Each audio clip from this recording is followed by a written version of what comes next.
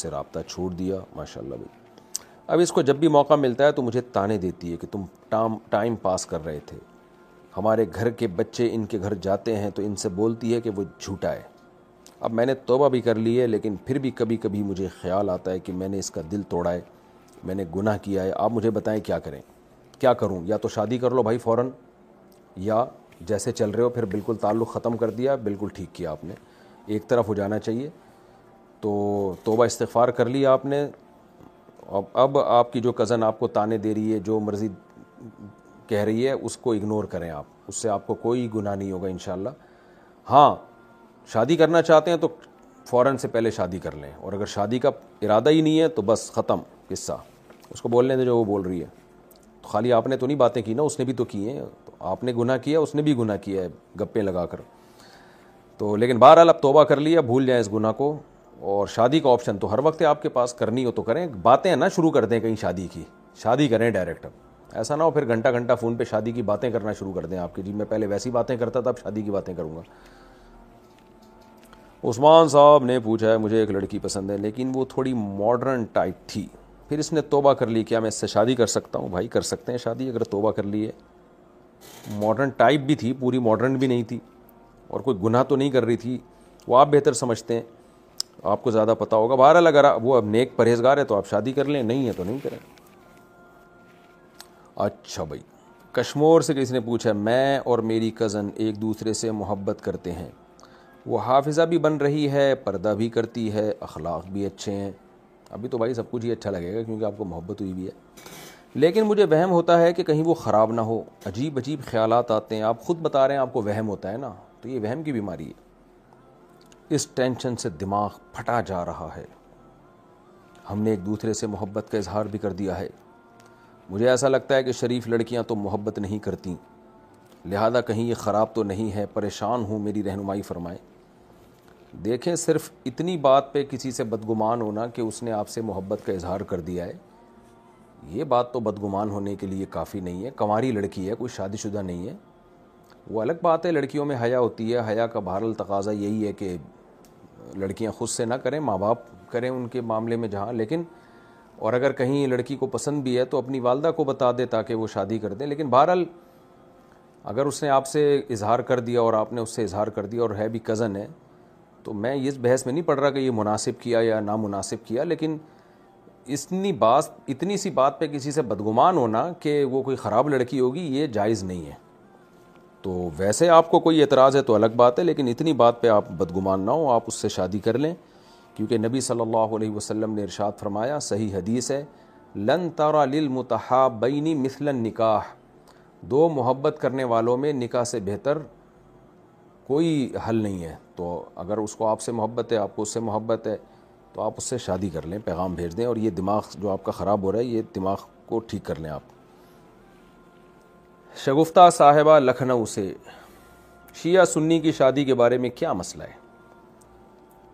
شیعہ سنی کے بھائی شیعوں کے بہت سارے فرقے ہیں, ان کے عقائدوں میں بڑا اختلاف ہوتا ہے, تو کسی ایک جنرلی ایک حکم نہیں لگایا جا سکتا.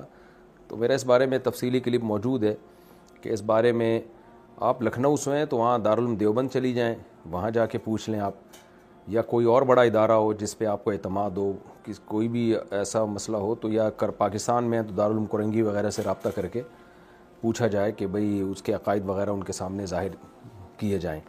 جب تک باقاعدہ کسی کے پرسنل حالات بتا کر اس کے عقائد واضح کر کے فتویٰ نہ لیا جائے, اس وقت تک جائز نہیں ہے. تو ہاں, کسی کے ہمیں دیکھیں کسی کی شیعہ یا سنی ہونے سے کوئی بیر نہیں ہے, ہمیں یہ کہ عقیدے صحیح ہونے چاہیے, قرآن و سنت کے مطابق ہونے چاہیے. تو اب کس کا عقیدہ کیا ہے, صرف مسلک کا لیبل لگانے سے پتہ نہیں چلتا. جیسے لوگ مجھ سے پوچھتے ہیں کہ بریلوی کے پیچھے نماز جائز ہے یا نہیں ہے, تو میں کہتا ہوں بھائی دیوبندی بریلوی اہل حدیث کا تعلق نہیں ہے نماز جائز ہونے یا نہ ہونے سے. نماز کے جائز ہونے نہ ہونے کا تعلق اس سے ہے کہ عقیدہ شرکیہ ہے یا نہیں ہے. تو اگر کسی بریلوی کا عقیدہ توحید والا ہے, دیوبندی کا شرکیہ ہے, تو بریلوی کے پیچھے جائز ہوگی, دیوبندی کے پیچھے حرام ہوگی. اور اگر کسی بریلوی کا شرکیہ ہے, دیوبندی کا شرکیہ نہیں ہے, تو پھر دیوبندی کے پیچھے جائز ہوگی. تو امام کے لیے دیوبندی بریلوی اہل حدیث شیعہ ہونا کا میٹر نہیں رکھتا. تو میٹر یہ چیز ہے کہ آپ کو پرسنلی کسی کے عقیدے معلوم ہو, پھر بھلے وہ شیعہ کہے اپنے آپ کو، دیوبندی کہے، بریلوی کہے، ہمیں اس سے کوئی بیر نہیں ہے، کوئی مسئلہ نہیں ہے. عقیدہ صحیح ہونا چاہیے جو قرآن و سنت نے بتایا ہے، جو تواتر کے ساتھ ثابت ہے.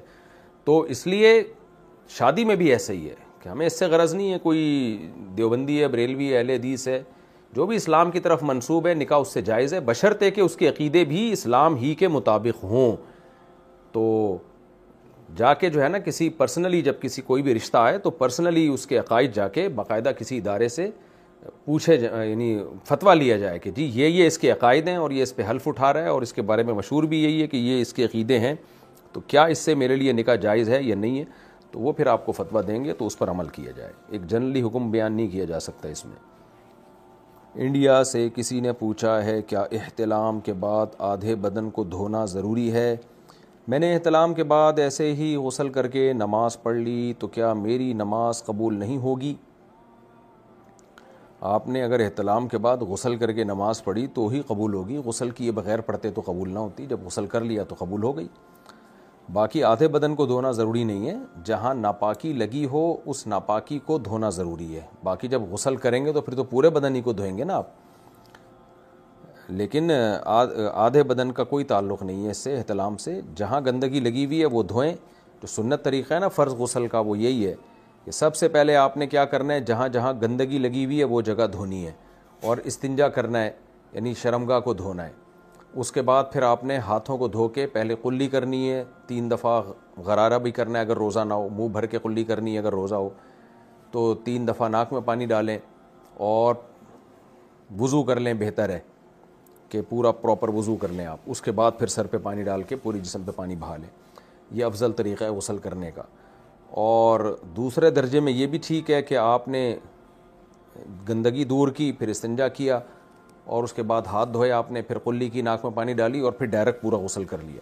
پہلے والا طریقہ زیادہ افضل ہے، دوسرا طریقہ بھی ٹھیک ہے. دونوں طریقوں سے سنت کا ثواب ملے گا انشاءاللہ. پاکستان سے کسی نے پوچھا ہے میرے ابو میری امی کی بہت بے عزتی کرتے ہیں، گالیاں بھی دیتے ہیں، لیکن ہم سے بہت پیار کرتے ہیں. امی ابو دونوں گورنمنٹ ٹیچر ہیں. میری امی یہ سب کچھ برداشت کر رہی ہیں، لیکن میں جب ان کو اس طرح سے بے عزت ہوتا ہوا دیکھتی ہوں تو مجھے اپنے پاپا سے نفرت ہوتی ہے. میرا ان سے بات کرنے کا دل نہیں کرتا. میری عمر 15 سال ہے، ٹینشن رہتی ہے، اس کا کوئی حل بتائیں. آپ کے لیے اپنے پاپا سے نفرت حرام ہے، ناجائز ہے. دیکھیں اگر آپ کے والد آپ کی والدہ کو ڈانٹ ڈپٹ بلا وجہ کر کے ان پہ ظلم کر رہے ہیں، یہ بھی ایک ظلم ہے، غلط ہے. لیکن آپ اپنی باپ سے جو نفرت کر رہی ہیں یہ زیادہ بڑا ظلم ہے. وجہ اس کی ہے کہ باپ کے احسانات تو اتنے ہیں کہ اولاد ان احسانات میں ڈوبی ہوئی ہوتی ہے. آپ کو جو کچھ ملا ہے آپ کے باپ کی وجہ سے ملا ہے. تو نام ملا، قوم ملی، نان نفقہ ملا، گھر ملا، عزت ملی، یہ سب چیزیں باپ کی وجہ سے ہیں. باپ نہ ہو تو کیا کیا حیثیت رہ جاتی ہے بیٹیوں کی. خاص طور پہ بیٹیاں تو باپ ہی کے دم سے ہوتی ہیں. تو اس لیے آپ کے لیے یہ لفظ استعمال کرنا کہ مجھے اپنے پاپا سے نفرت ہے، یہ لفظ بہت خطرناک ہے. تو آپ اپنے والد کے حقوق بھی ادا کریں، ان سے محبت بھی کریں اور کسی طرح پیار محبت سے خود نہ کسی اور کے ذمہ لگائیں. ان کو سمجھائے کہ بھئی اس طرح اگر وہ واقعی والدہ کے ساتھ غلط سلوک کر رہے ہیں تو وہ نہ کریں. تو آپ کی امی لڑیں نا پھر بھی کچھ سمجھ میں آتا ہے، تو آپ کے لیے یہ بالکل سوٹیبل نہیں ہے. تو آپ کی امی کو چاہیے نا کہ وہ پاپا سے بولیں کہ واٹ آر یو ڈوئنگ، کیا کر رہے ہو میرے ساتھ، مجھے کیوں بے عزت کر رہے ہو. تو یا کوئی اور بڑا خاندان کا بڑا بات کرے. اچھا بھائی، آسٹریلیا سے کسی نے پوچھا ہے اللہ تعالیٰ کی ڈیوٹیز یا ایکٹیویٹیز کیا ہیں؟ سبحان اللہ، کیا پوچھ رہے ہو میرے بھائی. کیا اللہ تعالیٰ کا کام صرف انسان، جنات اور فرشتوں کو پیدا کرنا ہے یا اور بھی کچھ ہے؟ کیونکہ تقدیر تو پہلے سے لکھی ہوئی ہے. تو کیا اللہ تعالیٰ کوئی نیا کام کرتا ہے؟ میں یہ جاننا چاہتا ہوں کہ اللہ تعالیٰ کی سرگرمیاں کیا ہیں. ابھی بھائی صاحب اللہ کے لیے اس طرح کے الفاظ استعمال نہ کریں. آپ آسٹریلیا سے ہیں، شاید اردو کمزور ہے یا کسی نے ترجمے میں ایسا کر دیا ہے. تو اللہ تعالیٰ کے لیے ہمیں تھوڑا مناسب الفاظ استعمال کرنے چاہیے. ایکٹیویٹیز کیا ہیں، اللہ تعالیٰ کی سرگرمیاں کیا ہیں، یہ انسانوں کے لیے الفاظ استعمال ہوتے ہیں. اللہ کے لیے کہ اللہ تعالیٰ کے کیا کام ہیں. تو سورہ رحمان میں اللہ نے بتایا کل یوم ہوا فی شان، ہر وقت وہ کسی نہ کسی کام میں ہے اور کوئی کام اس کو تھکاتا نہیں ہے. اب رہا یہ سوال کہ پہلے سے تقدیر اللہ نے لکھی ہوئی ہے، تو بھائی اللہ نے تقدیر میں یہی لکھا ہوا ہے کہ میں فلاں وقت میں یہ کام کروں گا. اللہ کا علم تو کامل ہے نا، تو اللہ کو معلوم ہے کیا کیا ہونے والا ہے، کیا کیا اللہ کرنے والا ہے. تو جو کچھ ہو رہا ہے سب اللہ کے حکم سے ہو رہا ہے پوری دنیا میں. تو اس لیے اللہ کو انسانوں پہ قیاس نہیں کیا جا سکتا. کل یوم ہوا فی شأن، ہر وقت اللہ تعالیٰ کچھ نہ کچھ کر رہے ہیں. کسی کو عزت دے رہے ہیں، کسی کو رسوا ذلیل کر رہے ہیں، کسی کو دولت دے رہے ہیں، کسی کو غریب کر رہے ہیں، کسی کو حکومت دے رہے ہیں، کسی کو سے حکومت چھین رہے ہیں. اور اس کے ہر کام میں کوئی نہ کوئی حکمت ہے. بس ہمیں اتنا ایمان رکھنا ضروری ہے. اس سے زیادہ ہم ڈیٹیل میں نہیں جا سکتے کیونکہ ہم مخلوق ہیں. اللہ کی ذات ہمارے مینٹل لیول سے اوپر کی ذات ہے. اس کے بارے میں زیادہ گہرائیوں میں جانے کی ہمیں اجازت نہیں ہے.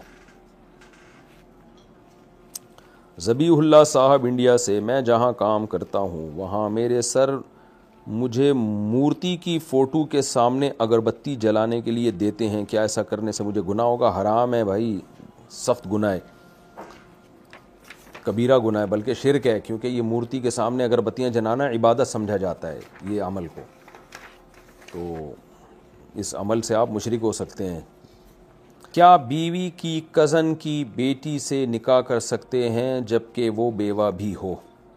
جی ہاں، بیوی کی کزن کی بیٹی جو ہے اس سے نکاح کر سکتے ہیں، بیوی کی موجودگی میں بھی. اور اگر اللہ نہ کرے کسی کی بیوی دنیا سے پہلے چلی گئی، ویسے اللہ ایسا کرتا بھی نہیں عام طور پہ، اکثر شوہر ہی پہلے جاتے ہیں، لیکن پھر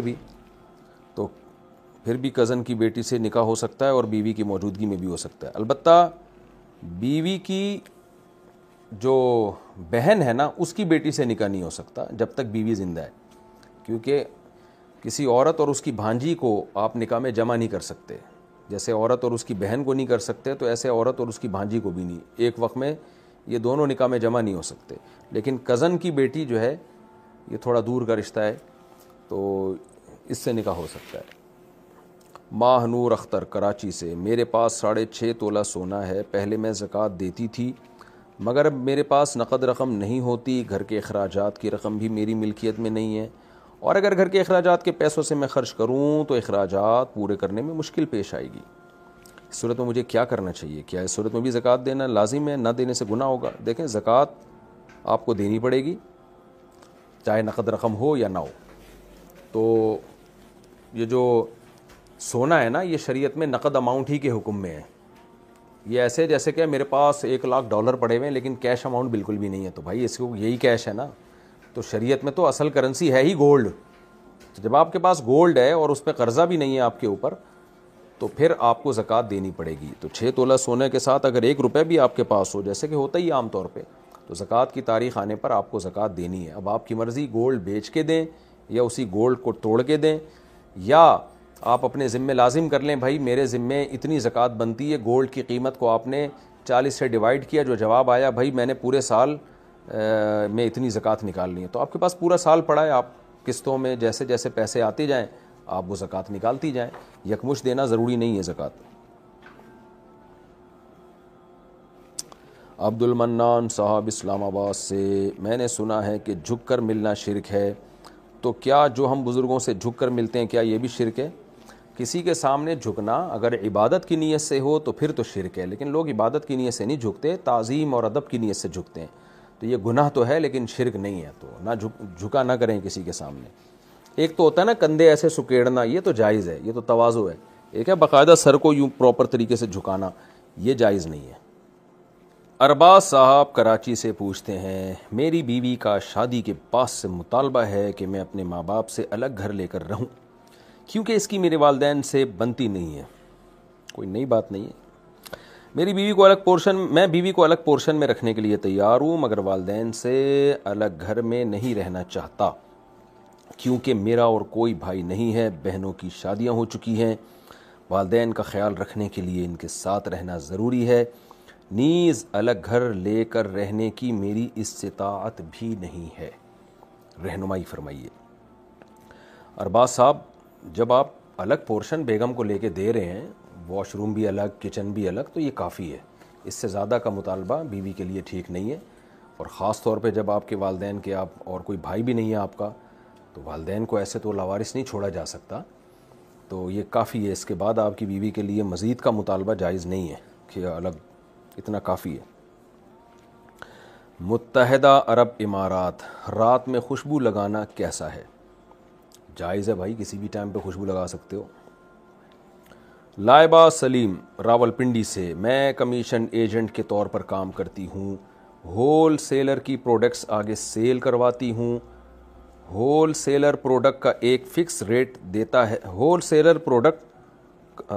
سیلر جو ہے وہ پروڈکٹ کا ایک فکس ریٹ دیتا ہے اور کہتا ہے کہ جتنی بھی پروڈکٹ بکی تو یہ فکس قیمت میری, باقی اوپر کے سارے پیسے آپ کے, اور میں اپنی مرضی سے پروڈکٹ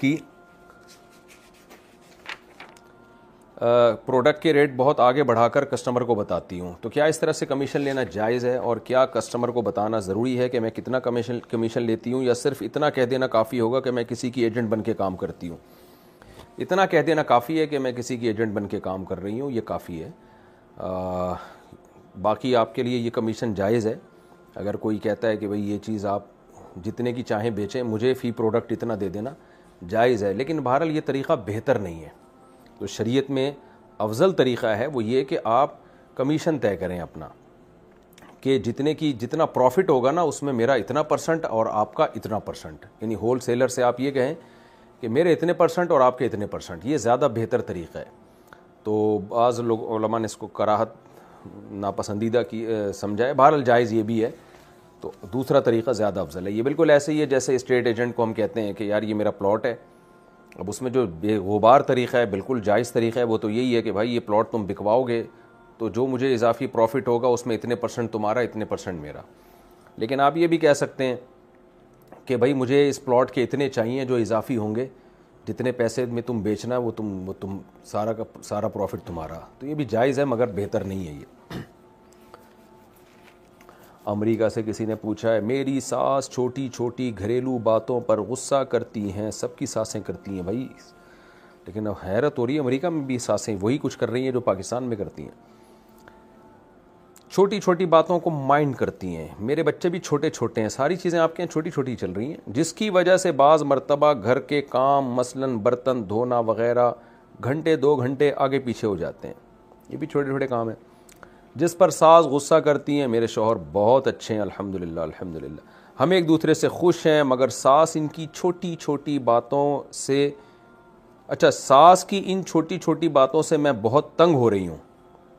یعنی آپ اس کی وجہ سے روز بروز چھوٹی ہوتی چلی آ رہی ہیں. میں کبھی ان کو اف تک نہیں کرتی, ہمیشہ ادب سے بات کرتی ہوں, کبھی پلٹ کر جواب نہیں دیا, مگر اب تنگ ہو کر میں ان سے الگ ہونا چاہتی ہوں. میرے شوہر اپنی امی کے رویے سے واقف ہیں, مگر وہ میرے صبر اور خاموشی پر صرف میرے ماتھے پر پیار کرتے ہیں. میں کوئی لڑائی نہیں کرنا چاہتی, مجھے اور میرے شوہر کو کوئی اچھا سا مشورہ دیجیے.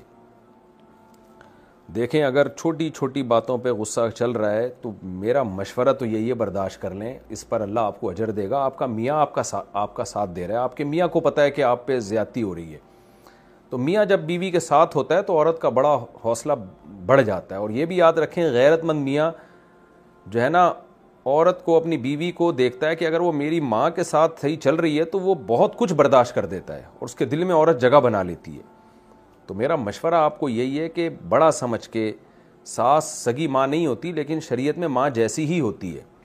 تو 100% 100% اپنے حساب سے زندگی انسان کو کہیں بھی نہیں ملتی. اگر آپ یہ چاہیں گی نا کہ مجھے ایسی زندگی ملے جو ساری بالکل ایکوریٹ, ہر چیز میں اس میں ایکوریسی ہو, ایسا نہیں ہو سکتا. کہیں نہ کہیں آڑا ترچا, اونچ نیچ سب چل رہی ہوتی ہے.